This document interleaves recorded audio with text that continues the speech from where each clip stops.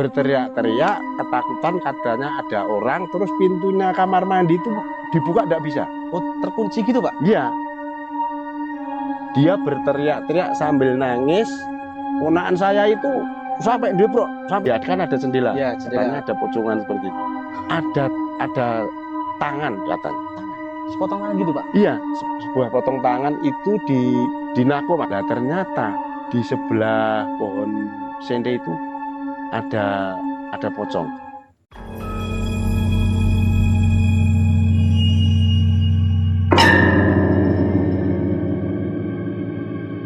Assalamualaikum warahmatullahi wabarakatuh. Selamat malam sahabat Cemani. Kembali lagi di channel podcast Cemani. Untuk malam hari ini kita akan mengusung tema tentang Cemani Misteri. Nah, dengan tema ini kita akan mengulas tentang misteri-misteri yang ada di Desa Cemani. Tetapi khusus untuk malam hari ini kita akan mengulas tentang misteri yang ada di kantor kelurahan Desa Cemani. Dengan mengusung tema itu, kami sudah mendatangkan narasumber. Beliau ini adalah salah satu penjaga dari kantor Desa Cemani. Baik, nanti kita akan sharing-sharing, kita akan bercerita. Tetapi sebelum sharing, alangkah baiknya untuk beliau bisa memperkenalkan diri. Monggo, Bapak. Assalamualaikum warahmatullahi wabarakatuh. Perkenalkan, nama saya Bapak Sakatia Amin sebagai penjaga Kelurahan Desa Cemani. Saya kelahiran Wonogiri. Saya mulai masuk bekerja di Kelurahan Desa Cemani mulai tahun 2016. 2016. Iya. Waktu itu saya mau mulai masuk itu rasanya ketakutan. Kenapa, Pak? Yang pertama, kelurahan Desa Cemani ini dulu tempatnya agak kumuh. Oh, kumuh. Iya. Yang pertama. Terus yang kedua, itu kan kelurahan sebesar itu baru ada lampu 3. Lampu 3? Iya. 3 biji gitu, Iya. Pak? Waktu dulu sebelum saya itu kan yang namanya Pak Parman itu baru 8 bulan, tapi bekerja di Desa Cemani di sini dia mengundurkan diri. Sebab apa? Kalau saya tanya, kenapa Pak kok mengundurkan diri? Katanya di sini tidak kuat. Kalau disuruh tidur di sini, dia tidak sanggup. Nah, terus saya dipanggil, disuruh bekerja di sini, terus saya mulai masuk. Itu rasanya takut. Wah, iki tenan pora. Nah, aku nyambut gawe ning kene kahanane kados ngeten. Kan posisi ini kanan kiri itu kan semua rumput, Mas. Oh, rumput. Berarti Iya. banyak pohon yang, gitu, Pak? Yang sebelah utara itu banyak pepohonan. Terus yang sebelah selatan juga. Dulu itu tempatnya kumuh sekali, itu banyak pepohonan. Banyak pepohonan. Terus waktu saya udah masuk sini, saya baru berjalan kurang lebih itu 1 bulan. Saya belum tidur di sini, tapi setiap malam jam 2, jam setengah 3 saya selalu ngecek di sini. Oh. Tapi kan regolnya kan enggak pernah dikunci, Mas. Iya. Belum ada kuncinya. Terus itu enggak ada yang masuk. Nah, habis itu saya bekerja di situ baru dapat berapa bulan ada tamu. Itu ada tamu dari Jakarta. Itu tetangga sebelah, Mas. Tetangga sebelah kan ada tamu dari Jakarta, tempatnya tidak muat. Iya. Terus tetangga sebelah itu izin sama saya, Mas, tolong saya ada tamu dari Jakarta. Kalau mau nginep ke tempat saya enggak muat. Kalau yang lain itu nginep di kelurahan di mana, Mas? Nah, saya jawab, ya juga enggak apa-apa. Nah, setelah itu kan tamu itu udah masuk sama bisnya kan dibawa masuk, Mas. Dibawa masuk, yang masuk itu orang bertiga. Orang bertiga itu cerita-cerita banyak di pendopo. Menceritakan tentang anaknya. Oh. Kan saya ketemu sama bapaknya, cerita sama bapaknya, katanya anak itu katanya guru besar. Dari dosen gitu? Ya, dari Jakarta. Oh, dari Jakarta. Nggak tahu itu dari dosen atau apa, saya nggak tahu.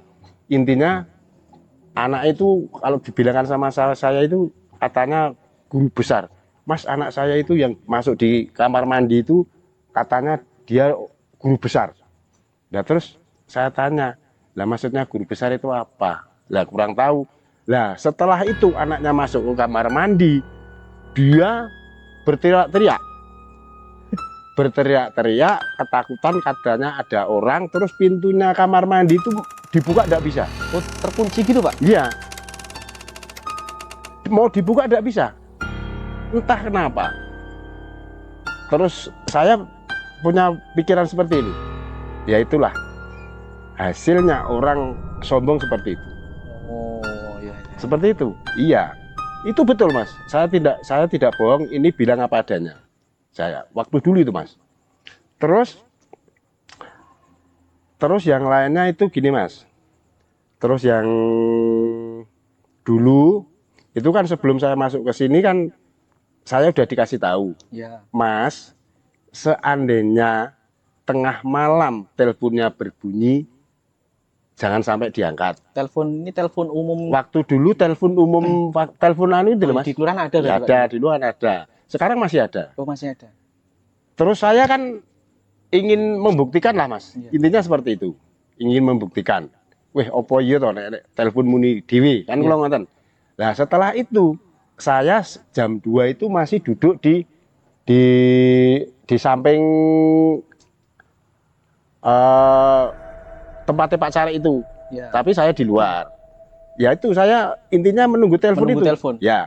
Habis itu memang betul. Berbunyi. Telepon itu jam 2 itu bunyi sendiri. Lah terus saya masuk ngambil kunci. Ya. Saya masuk ngambil kunci, terus saya buka, teleponnya saya angkat. Tidak ada suaranya apa-apa. Betul ini. Hening gitu Pak? Iya. Betul ini Mas. Saya enggak bohong, saya ini beneran ini. Tapi info itu dari siapa Pak? Dari Ya dulu-dulu kan ya dari pamong-pamong yang sebelumnya. yang gitu? sebelumnya. Oh. Memang seperti itu Mas. Memang iya. Itu memang betul. Itu. Nggak ada suaranya terus ditaruh lagi gitu Pak? Saya taruh lagi. Terus nanti apakah? Setelah saya taruh lagi, telepon saya tutup kan? Ya. Telepon saya tutup, saya keluar lagi. Saya keluar lagi, saya terus merokok. Merokok belum habis satu aja, telepon udah bunyi lagi. Diangkat hening lagi? Belum Oh. saya masuk. Habis itu udah. Telepon itu bunyi terus. Habis itu udah. Terus saya punya pikiran, oh memang iya. Emang iya. Jadi orang-orang yang bilang seperti itu saya baru percaya. Percaya. Mungkin kalau jare-jare itu kan Nah. kadang-kadang semua orang tidak pada percaya kan Iya. seperti itu Thomas. Terus yang itu yang pohon ringin yang besar itu Mas. Besar itu dulu itu ya Mas. Dulu itu sebelum saya di sini itu banyak yang tirakat di bawah beringin. Tirakat, Dulu. tirakat dalam artian bertapa atau gimana Pak? Ya kurang tahu Mas, kan saking orang Iring itu saling percaya, mungkin kehidupan itu seperti apa, mungkin seperti itu. Setiap malam Jumat itu kan ada orang-orang itu ya tirakat di situ minta apa. Terus di bawah ringin, di atas ringin itu kan atasnya kan pohonnya kan gerowong Mas. Iya. Itu sampai dikasih meja, dikasih kursi. Kasih kursi. Dikasih kursi itu buat duduk. Dibuat duduk, ya buat tirakat di situ.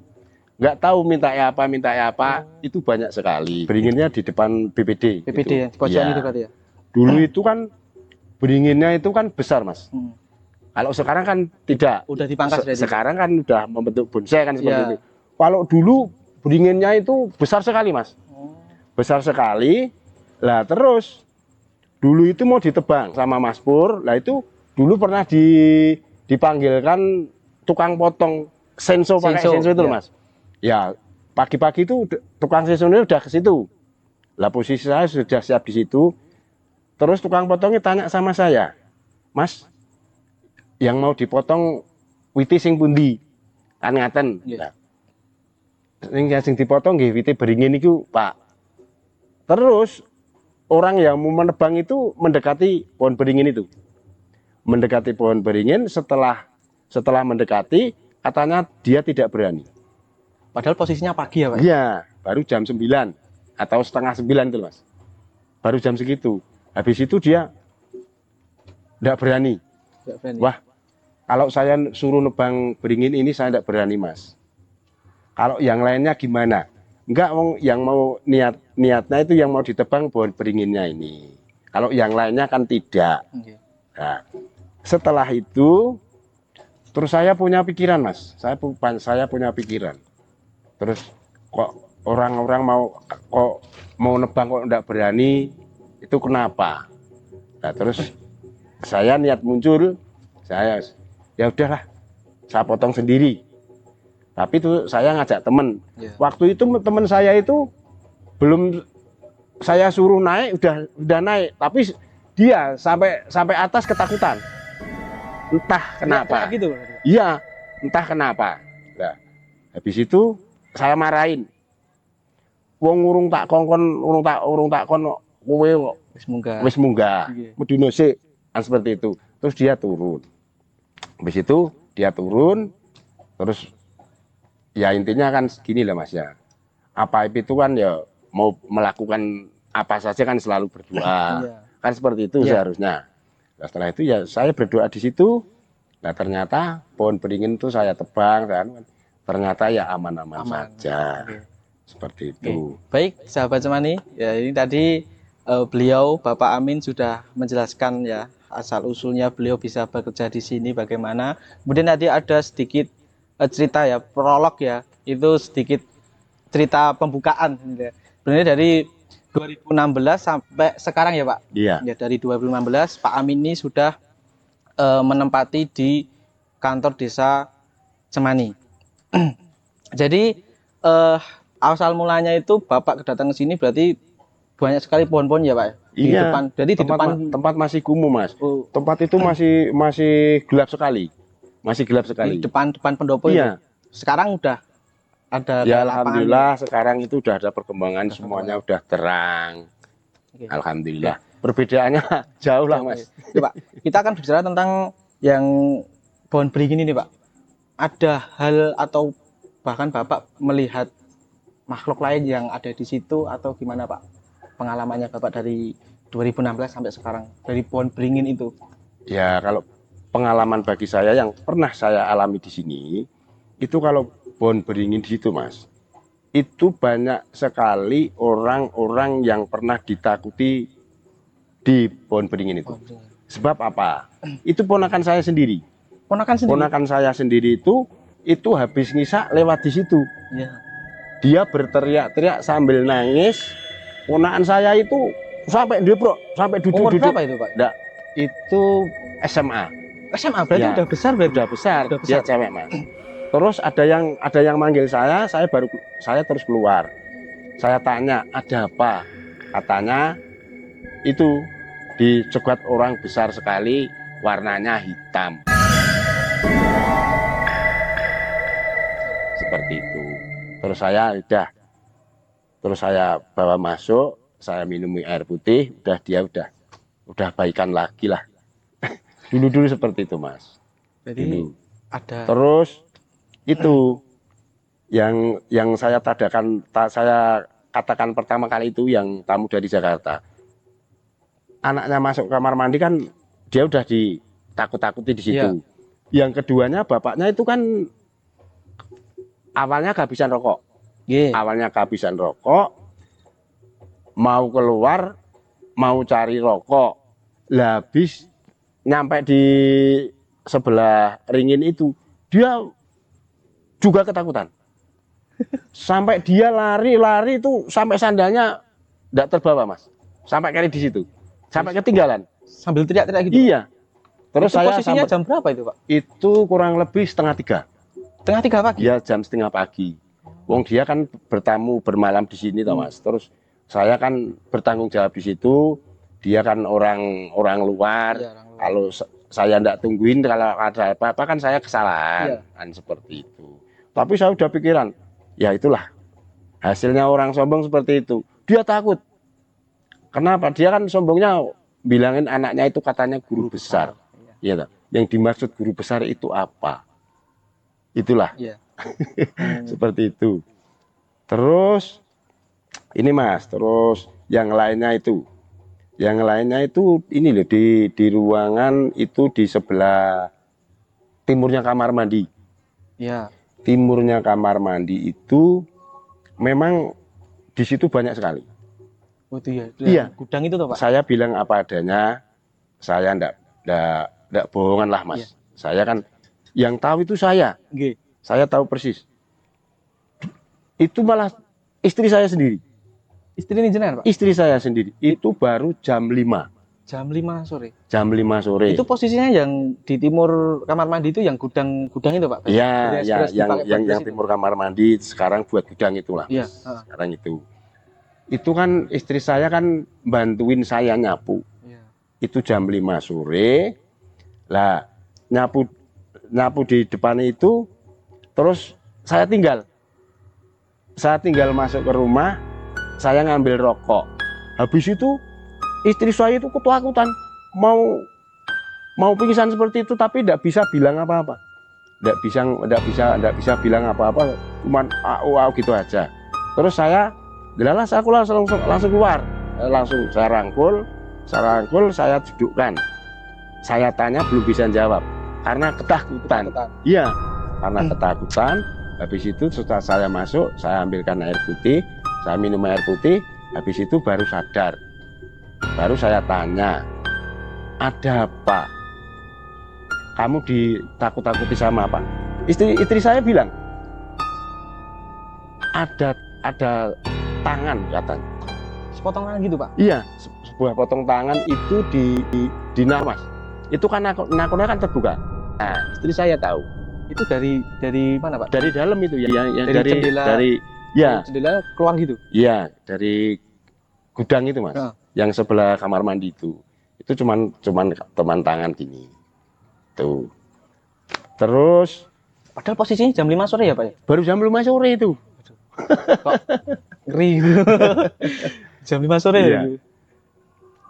Memang dulu itu kan ya, kalau Kelurahan Semani memang situ kondang sakralnya Mas.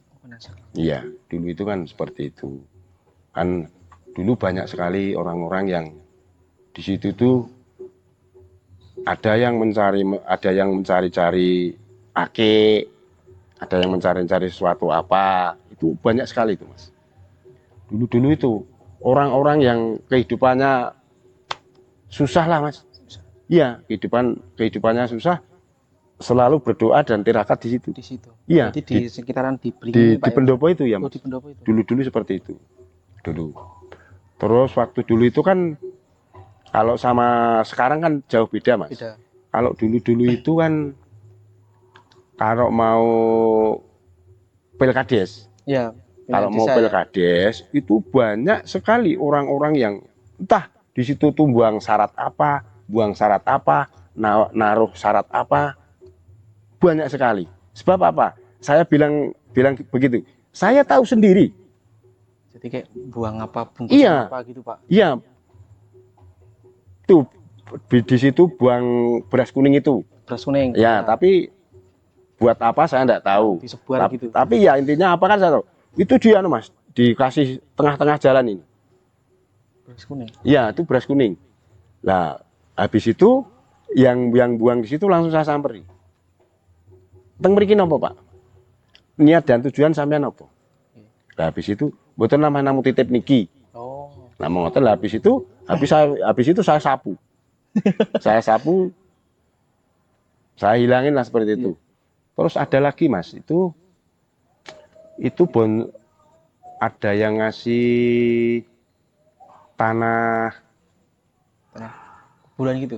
Tanah kuburan Mas. Tanah kuburan. Iya. Jadi agak kemeran gitu berarti. Tanahnya itu dibungkus sama kain putih. Ya, dibungkus sama kain putih. Itu dulu ada di depan ada pohon sawu toh Mas. Ya. Pohon sirsat. Ya, ada pohon sirsat. Tanahnya itu ditaruh di situ. Jadi dibungkus kain putih. Iya, dibungkus kain putih. tapi terus agak di lubang, terus atasnya itu kan dikasih paping itu Mas. Oh, Ditutup sama paping. Terus saya curiga. Terus saya curiga paping itu saya buka. Ternyata ada bungkusan mori, dalamnya itu tanah kuburan itu tadi. Lah habis itu kula punya pikiran, kok do ngawur men ngguwak barang dudu nggone. Lah terus saya itu punya inisiatif, ayo iki manggon murah ning kene. Nggih. Kowe tak belekke ning asal mulamu. Pencarian mriko. Iya, itu saya buang ke sarian lagi tuh Mas. Di makam Turi dulu. Turi. Oh, iya. Saya buka, saya buang di situ. Lagi saya kembalikan situ. Aslinya kan bukan tanah makam-makam biasa itu. Itu mungkin ya Mas, itu dari jeblokan. Jeblokan itu gimana Mas, Pak? Makam jeblokan itu di daerah Nguter Mas. Nguter itu kan timur Sukoharjo nih kok. Wonogiri Mas. Oh, yang perbatasan sama Wonogiri. Nah, itu kan ada kretek besar tuh Mas. Ya. Itu kan ada makam namanya jeblokan. Oh, gitu. Yang di tikungan itu berarti? Iya, di tikungan itu. Ada wit beringin besar itu sih. Ya, kan kebanyakan ngambilnya di situ, Mas. Oh. Yang pertama, yang satu, terus yang kedua itu di makam Ki Ageng Nis. Ki Ageng Nis itu yang Lawean itu, Mas. Oh, Lawean. Ya. Itu yang kedua, terus yang ketiga itu makam Sedah Merah. Sedah Merah. Ya, makam Sedah Merah itu Keraton Kartosuro. Oh, keraton mriko. Iya. Berarti itu tanahnya bukan tanah sembarangan berarti. Bukan makam-makam sembarangan gitu. Iya. Oh. Seperti itu.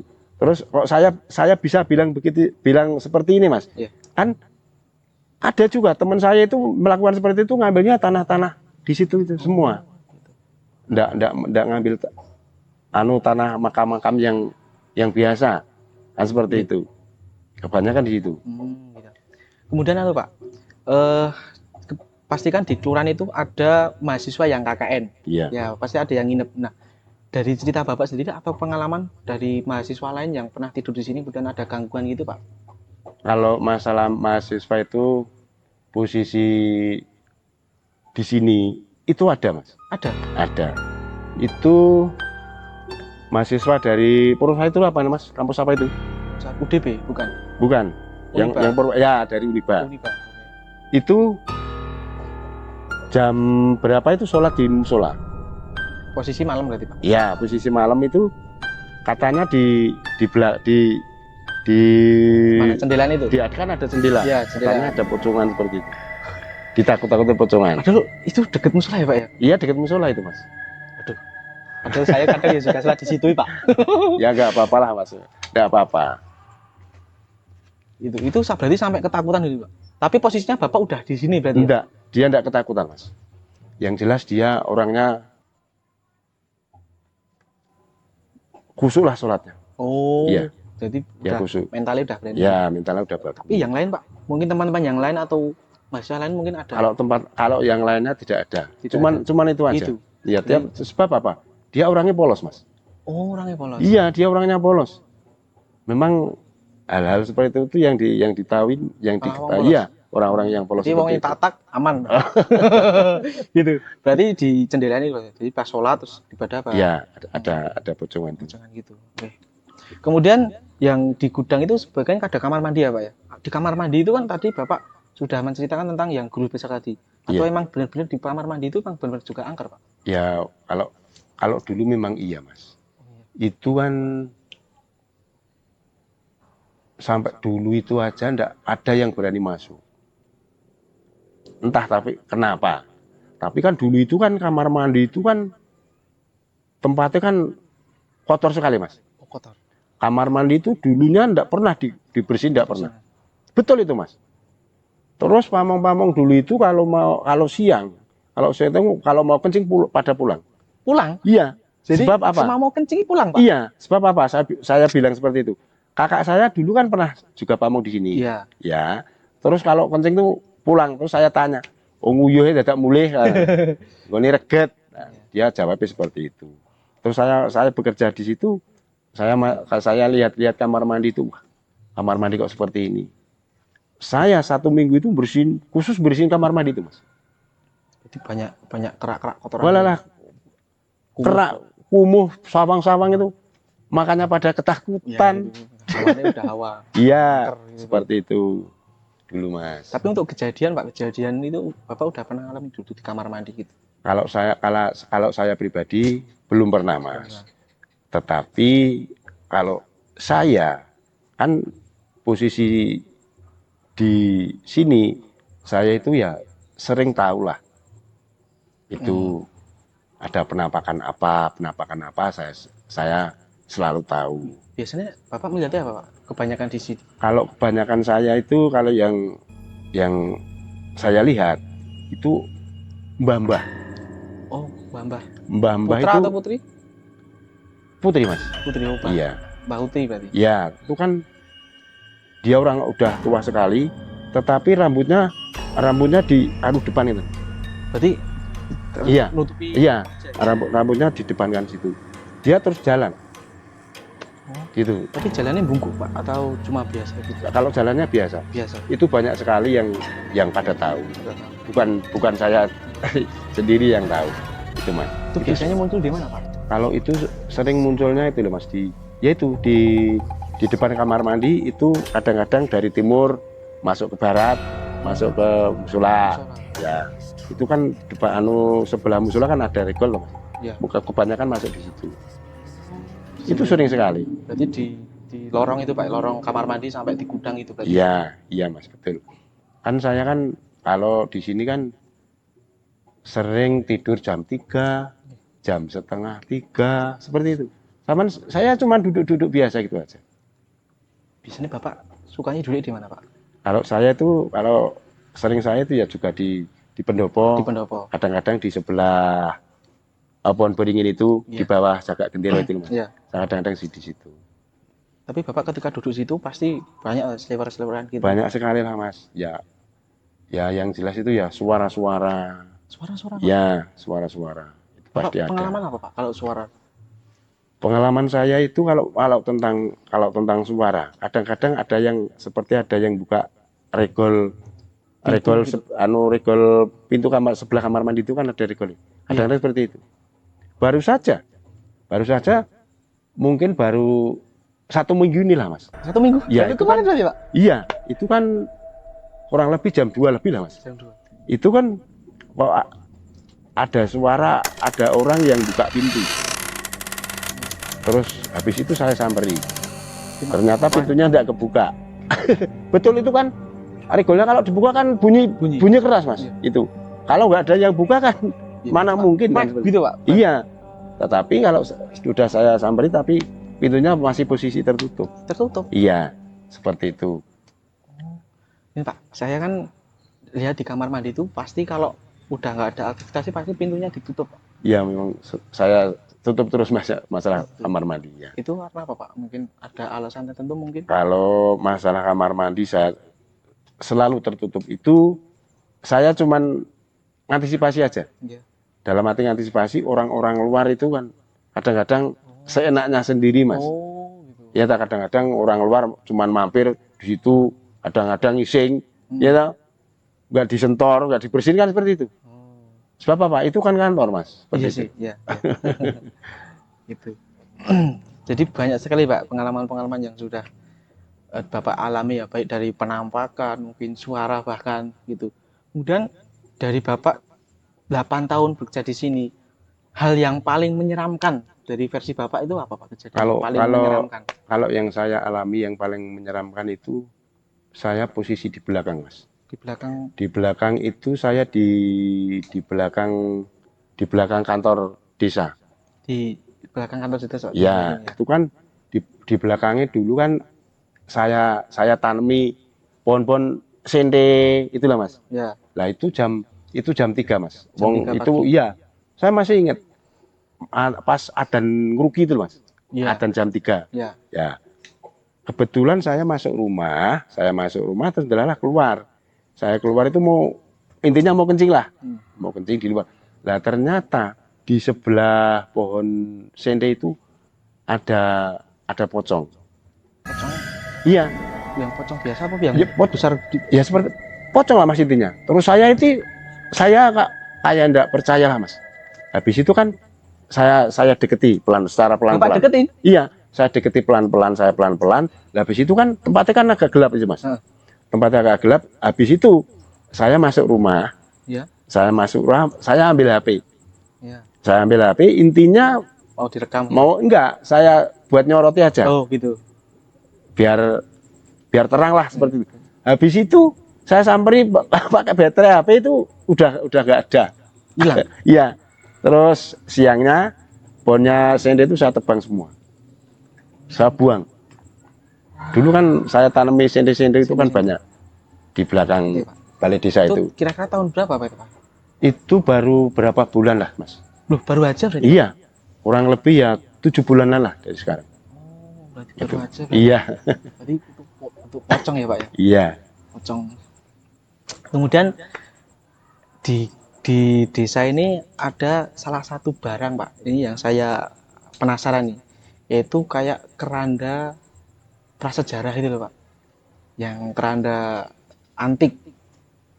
Oh, iya. Memang ada Mas. Ada. Memang ada. Waktu pertama kali itu keranda posisi di depan balai desa. Keranda di balai desa Pak? Depan. Waktu dulu itu. Iya. Waktu dulu entah tahun berapa itu. Waktu dulu di depan. Iya. Saya lihat kerandanya kayaknya udah puluhan tahun itu Pak. Itu keranda itu buatan tahun 83. 83? Iya. Oh, saya belum lahir. 83. Ya. Itu buatan 83, malah justru yang pakai pertama kali itu malah neneknya istri saya. Berarti mbahin jenengan Pak? Nggih. Oh.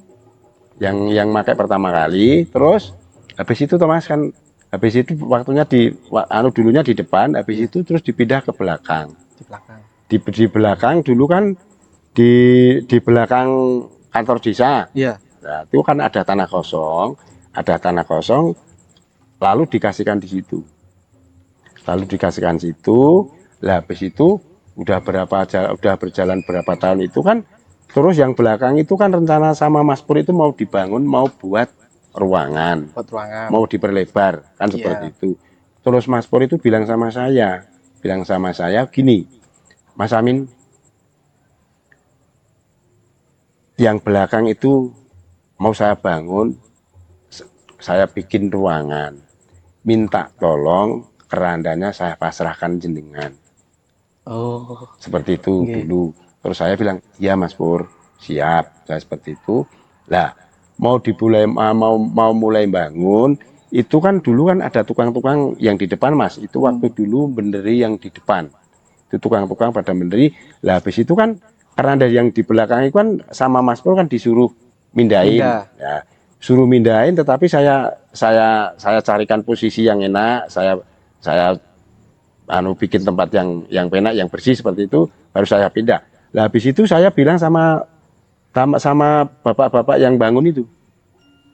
Habis itu, Pak tolong nanti keranda yang di belakang nanti dipindah. Oh nggih, siap.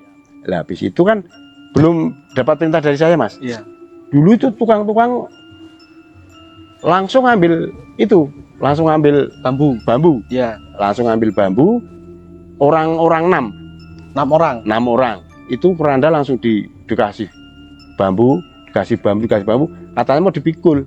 Lah ternyata mau dipikul itu keranda enggak gerak. Dari 6 orang ini nggak bisa diangkat Pak? Betul itu Mas. Iya. Terus kan yang mau ngangkat belum bilang sama saya. Iya. Belum bilang sama saya. Tahu-tahu mau diangkat tapi enggak bisa. Lah habis itu saya tanya, lah sing ngakon njunjung kuwi sapa? Wong urung tak perintah. Lah habis itu bapak-bapak itu saya suruh pergi. Ya udah, bapak-bapak mikir dulu. Nah, ya udah, saya berdoa di situ. Ya teman, saya berdoa di situ. Habis itu udah selesai. Habis itu bapak-bapak saya panggil lagi. Habis itu dikasih bambu diangkat, bukan orang 6. Berapa orang? Cuman orang 4. 4 orang berarti? 4 orang. Langsung kasih bambu, pikul bareng, udah kuat. Alhamdulillah lancar. Berarti itu ada energi Pak ya di dalam keranda itu loh. Iya, namanya memang keranda masa lalu ya. Memang dulu itu seperti itu Mas, itu kan buatan tahun segitulah Mas, mungkin kan ya.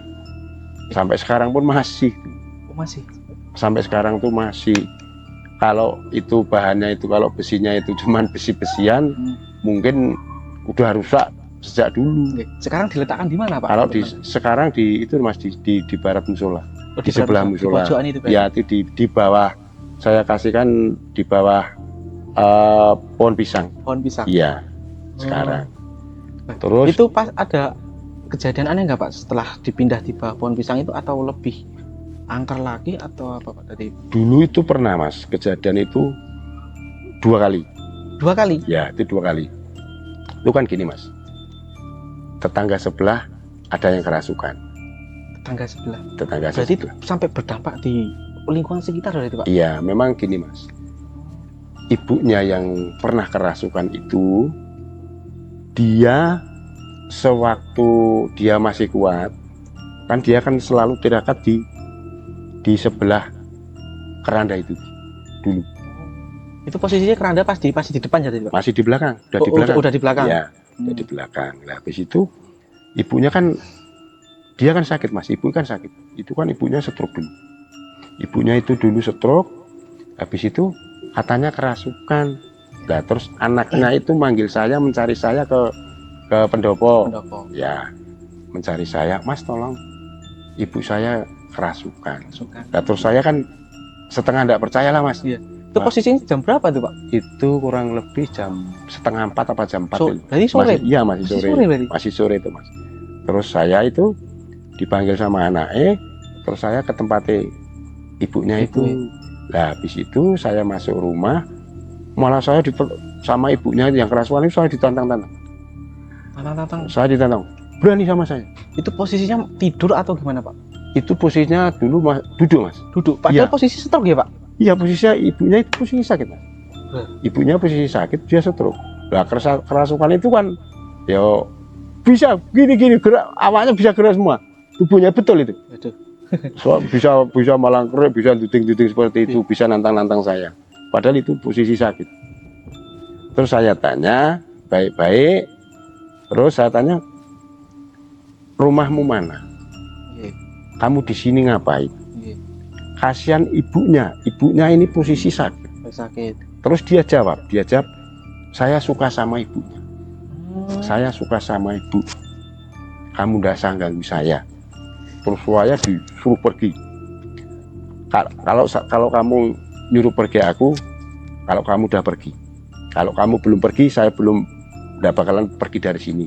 Itu yang ngerasukin sosoknya apa, Pak? Kalau saya tanya, itu katanya dari, ya itu tadi, ya ada yang berasal dari keranda itu. Keranda itu. Iya. Tapi orang tua atau? Yang pertama kali itu anak kecil Mas. Berarti suaranya anak kecil? Iya, seperti anak kecil. Wong anak saya malah dituduh katanya nyuri neker, nyuri seperti itu. Sampai segitu? Iya, yang pertama. Terus habis itu udah saya bilangi secara baik-baik, terus dia nurut Mas. Terus saya suruh pulang, kata terus pulang. Habis itu ya udah, ibunya sadar lagi. Ibunya udah sadar, habis itu udah ibunya posisi sakit, ya kembali sakit lagi. Udah enggak bisa apa-apa. Stroke lagi? Iya. Terus itu yang pertama, terus yang kedua itu yang merasuk itu orang, kalau saya tanya udah tua katanya. Udah tua? Iya, udah tua. Terus kerasukan yang kedua itu anaknya juga manggil saya, ibuku kerasukan meneh Mas, jaluk tolong. Itu di hari yang sama atau beda-beda hari? Itu beda hari Mas. Udah beda hari? Itu mungkin 1 minggu itu 2 kali. 1 minggu 2 kali? Iya, 1 minggu 2 kali itu. Nah, terus saya ke tempat ibu itu, ke tempat ibu, terus saya tanya malah saya ditantang juga. Kamu siapa? Berani sama saya seperti itu. Berarti saya kayak bentak-bentak gitu loh? Iya, sempat bentak-bentak sama saya, terus saya jawab, oh kamu berani bentak sama saya? Saya jawab seperti itu. Kalau saya berani sama kamu mau apa? Seperti itu. Dulu Mas. Terus jawabnya dia, saya suka sama ibunya. Ibunya ini posisi sakit. Kalau kamu betul-betul suka sama ibu ini, tolong ibu kamu sembuhkan. Kalau kamu suka sama ibu, ibu posisi sakit, tolong sembuhkan. Kalau nggak bisa menyembuhkan ibu, ngapain kamu di sini? Ayo keluar. Tapi pas dirasukin itu ibu juga bisa berdiri lagi Pak. Berdiri Jadi mas. kayak orang sehat gitu Pak. Iya. Waduh.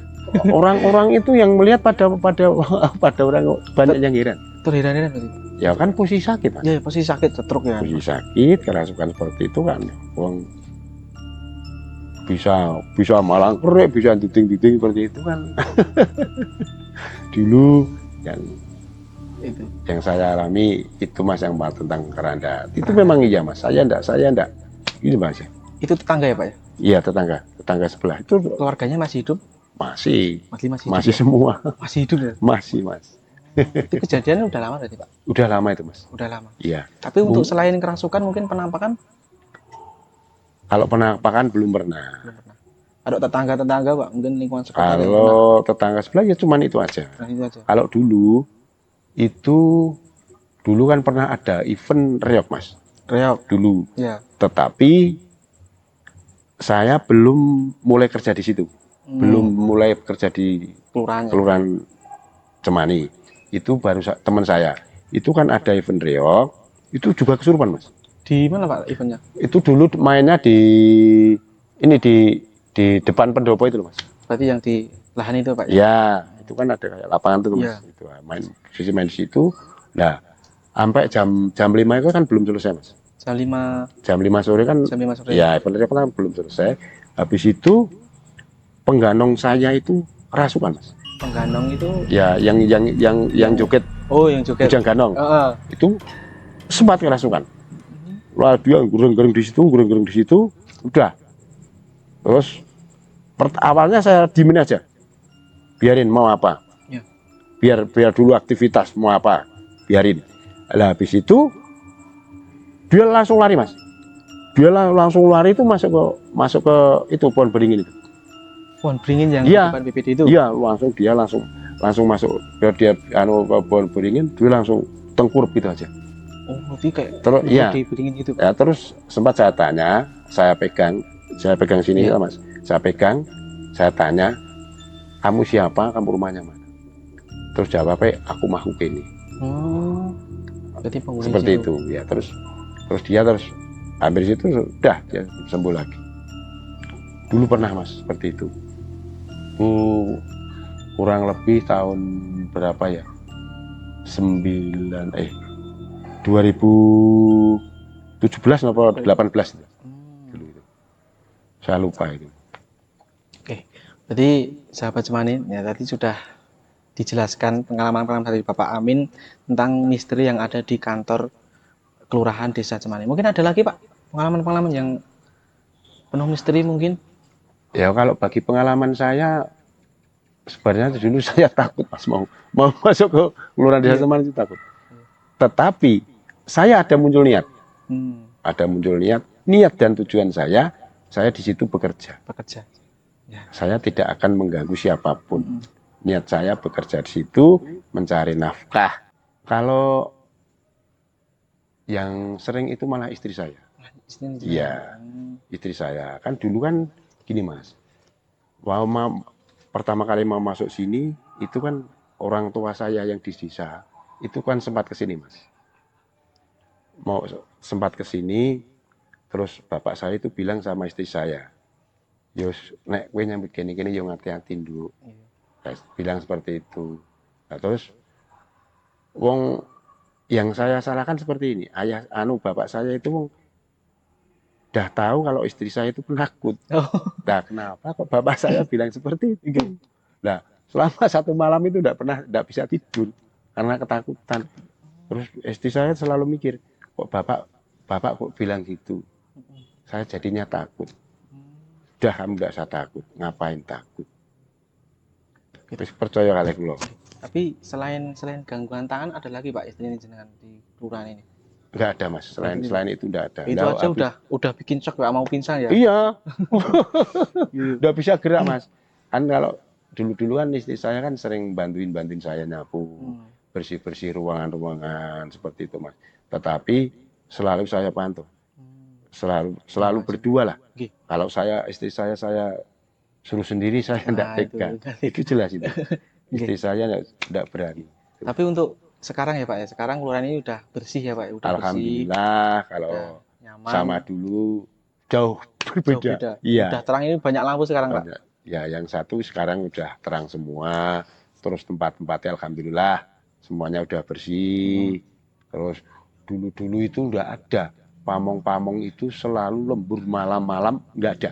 Berarti perangkat-perangkat itu udah ada. Sore Iya, pulang. beda zaman sekarang. Iya. Kalau sekarang itu banyak sekali pamong-pamong itu yang selalu lembur sampai jam 3, Iya. sampai jam 2 itu Mas Pur, Mas Satrio itu selalu lembur. Kalau Oh. ada pekerjaan itu kan selalu lembur. Iya, karena sekarang udah bersih Udah ya Pak. beda. Beda. Yang jelas Oke. itu, Mas. Oke. Kalau dulu-dulu pada takut. Sebab apa saya bilang seperti itu? Dia bilang sendiri. Katanya takut. Kalau habis ngisa itu mau masuk kelurahan dulu takut. Takut. Seperti Tapi itu. sekarang dari depan sampai belakang udah bersih Pak, Iya, tertata rapi alhamdulillah. gitu. Oke. Sekarang kan Oke, udah bersih baik Pak, semua. terima kasih Iya. ya atas penjelasan cerita-cerita kali ini tentang misteri di kantor Kelurahan Desa Cemani. Oke, Iya, baik sahabat Cemani, kita sudah banyak sekali ya mendengarkan cerita dari beliau Bapak Amin selaku penjaga di kantor desa Kelurahan Desa Cemani. Tadi banyak sekali pengalaman-pengalaman yang horor mestinya, yang penuh misteri. Oke, baik. Untuk podcast kali ini kita akhiri. Oke.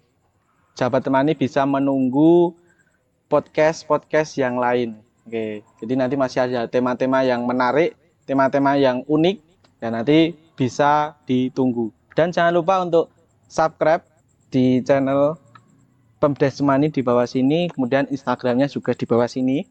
Jangan lupa untuk subscribe. Terima kasih Bapak Amin sudah memberikan ceritanya, sharing-sharingnya.